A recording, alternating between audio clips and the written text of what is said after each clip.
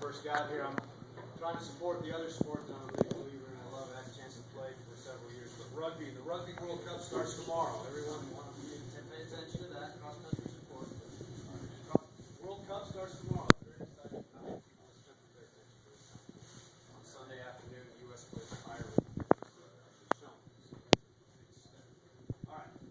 With regards to running and why you guys are here, I think that the biggest thing we're trying to do at this point is make sure I'd like to encourage kind of a lifelong health benefit of getting involved in running, having fun running, enjoying it, not getting beat up and hurt, and being able to get out and do it, lead a healthy lifestyle, and have fun. Hopefully, you can start to get to a point where you're good and competitive if that's what you want to do. Doing what I do, I'm a coach with USA Track and Field as well as being a sports physical therapist, so I see both sides, the performance side of it and the injury side of it. Really, they're kind of two sides of the same coin. I always tell people you can't really perform well if you're hurt. As a parent with 3 boys coming up, and I know what it's like to have kids that are hurt, and you want to make sure everyone's safe and healthy to do what their sport is. If it hurts to run, it's not a lot of fun to run. So we got to try to figure out what it is that goes on with running. There's nothing inherently wrong with running, but we just need to try to make sure we got all the things, all our ducks in a row so we can run and be safe with it and have fun. There's several different things that we look at with runners, and that is the fact that, number one, it's a very repetitive activity. We're doing the same kind of thing over and over and over, several thousand times when you go out every run. And you got to understand that there's a lot of force involved. You guys aren't real big yet, but as you're growing, there's a lot of force involved. When your foot hits the ground when you run, it can be 4 or 5 times your size, your body weight. So it's a couple hundred pounds of force. And that's roughly 800 to 1,000 steps on every mile. So over and over, a little bit of a problem somewhere, whether you have some weakness or some flexibility issues somewhere, those things can add up when you're doing it over and over and over. So that's kind of the nature of what happens with the running injury. Most of the time, it's kind of what we call a cumulative trauma. It just builds up over time. You don't usually go out for a run and blow out your ACL like a football guy might. You don't really get a lot of fractures. You might have a stress reaction at times, but you don't really break anything badly. You don't have big, nasty injuries. It's kind of what we call soft tissue, kind of a tendonitis or a muscle strain. So most of those can be, a lot of times you can attack that from the front and do things like the coaches talk about, and like we might talk a little bit about here, but doing some things to do some stretching and doing some strength exercises, and before you have a problem, it can help prevent some of those problems. When we look at the things that we know that do cause injury, one of the big things right off the bat is the shoe wear. So being in a place like this where you've got guys that know what they're doing can get you in the right shoe for your foot type, that's critical.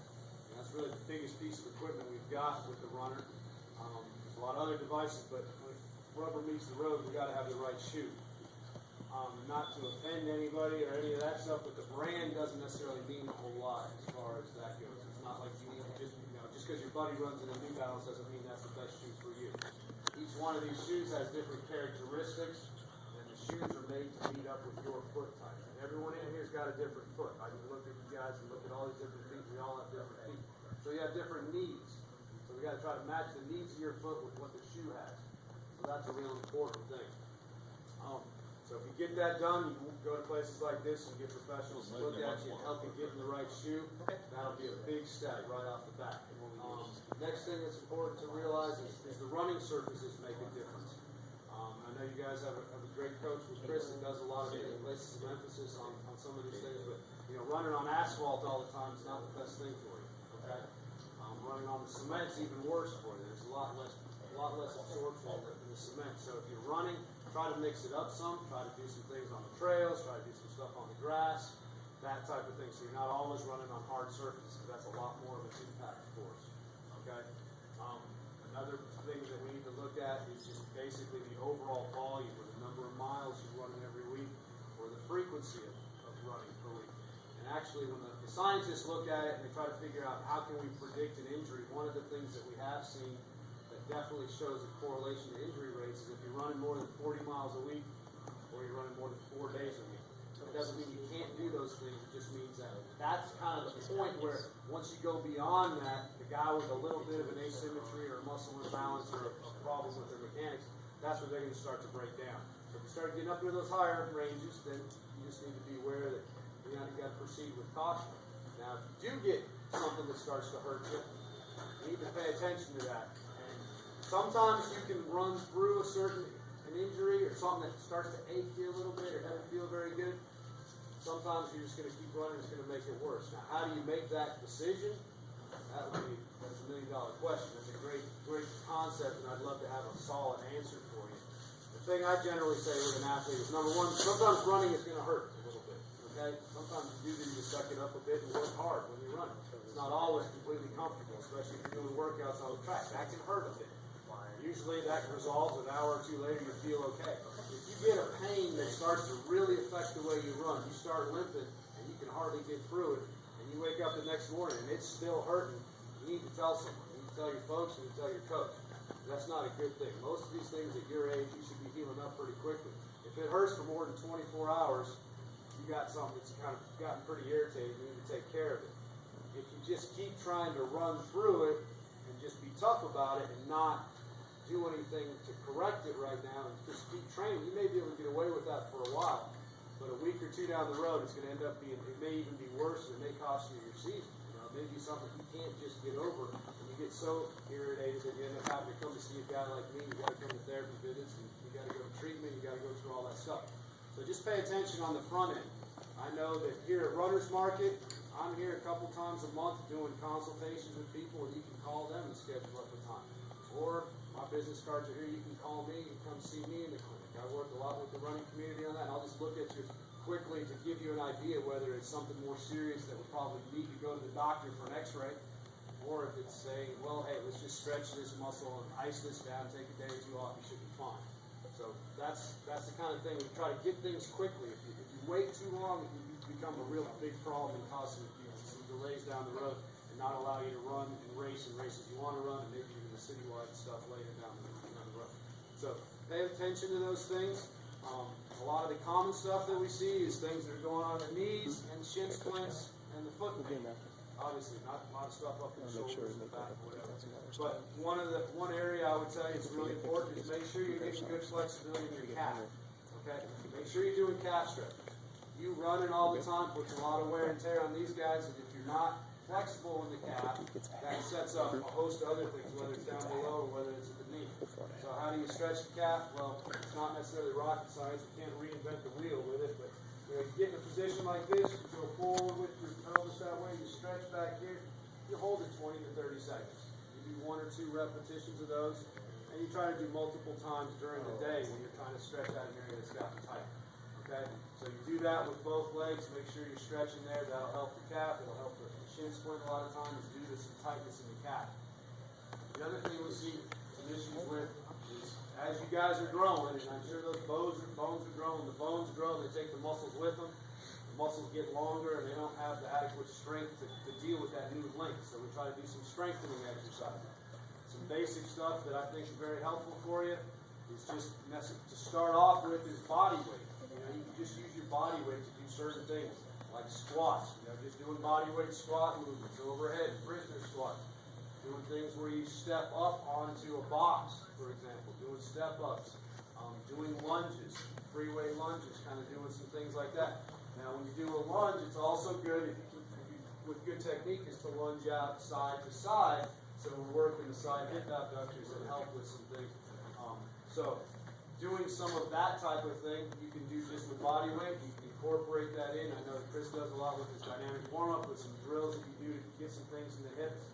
Eventually, it is beneficial to add weight or resistance to that, because body weight only takes you so far, but it's a starting point. And you start getting into resistance training or weight training, you start adding a little bit of resistance to that. That'll get the muscles stronger. That's the only way it's going to really get a whole lot stronger. Other than doing hill repeats is a good way to get you stronger too. But those are some things. Just so you know, I wrote an article recently in the KTC footnotes on strength training for young athletes. And the position statement across the board, whether you deal with the American Academy of Pediatrics, the National Strength and Conditioning Association, any of those guys, resistance training is safe from 7 years old. Okay? Now, that means doing the right exercises, the right intensity, with the right instruction, the right technique. you getting a 7-year-old and putting 100 pounds in the bar and asking him to back squat when he's got no idea what he's doing is not a good idea. But it is safe. And the other thing I can tell you, as a parent, there's been no documented case where it's done any damage to a growth plate. And that's kind of an old wives' tale these days. We're finding out that doesn't really affect growth plates just by lifting out. You're throwing around too much weight, you don't know what you're doing, you're using bad technique, that can hurt you. But it's safe for you guys to do those things. Just get with someone, make sure you get somebody to give you some good guidance. And that's another thing. If you guys got questions, you holler. I'm happy to answer questions and try to set you guys up in the direction that helps you do that. That'll get you stronger, that'll make you more able to tolerate the distance when you're running and keep you from getting yourself hurt. Okay, so those are kind of a couple of the big things. Now, if you do get hurt, aside from telling your coaches and your parents, first thing is you want to ice it down probably. Ice it a couple of times a day for a day or two. Maybe, depending on how you feel, you may benefit from like an anti-inflammatory of some sort, Advil or Aleve. That just helps knock out the inflammation. Do some basic gentle stretches. If it's swollen up, if it's an ankle, you might want to put a little bit of keep the swelling from going too much. But other than that, I would encourage you to try to do whatever movements you can and do as much as you can normally without making it worse. Just try to keep on doing what you can and do some gentle stretches with it and see. If in 2 or 3 days it's not any better, you probably need to get in and see someone for a further look. Or come in here or call me in front of my clinic. I can look at it and try to get some more than that. Okay? So those are kind of some of the topics I just wanted to touch on, just to kind of bring it about. I know it's not that fun to talk about injuries or to sit down and listen to me talk about injuries, but the point is, it can be part of what you do. You guys need to manage it as well as you can so it doesn't affect you so you can't get out and race. Getting out and training with your friends, racing on the weekends, and getting out and having a good performance is fun. I want you to have fun, and getting hurt's not fun. So if you have any of those problems, get a hold of somebody, talk to these guys, talk to me, whatever, and we'll do whatever we can to get you back out there safely and quickly. Okay? You guys have any questions right now, or you want to wait until after, or anything else, Chris, you'd like me to? That's good. Cool. All right. Well, thanks for your attention, guys.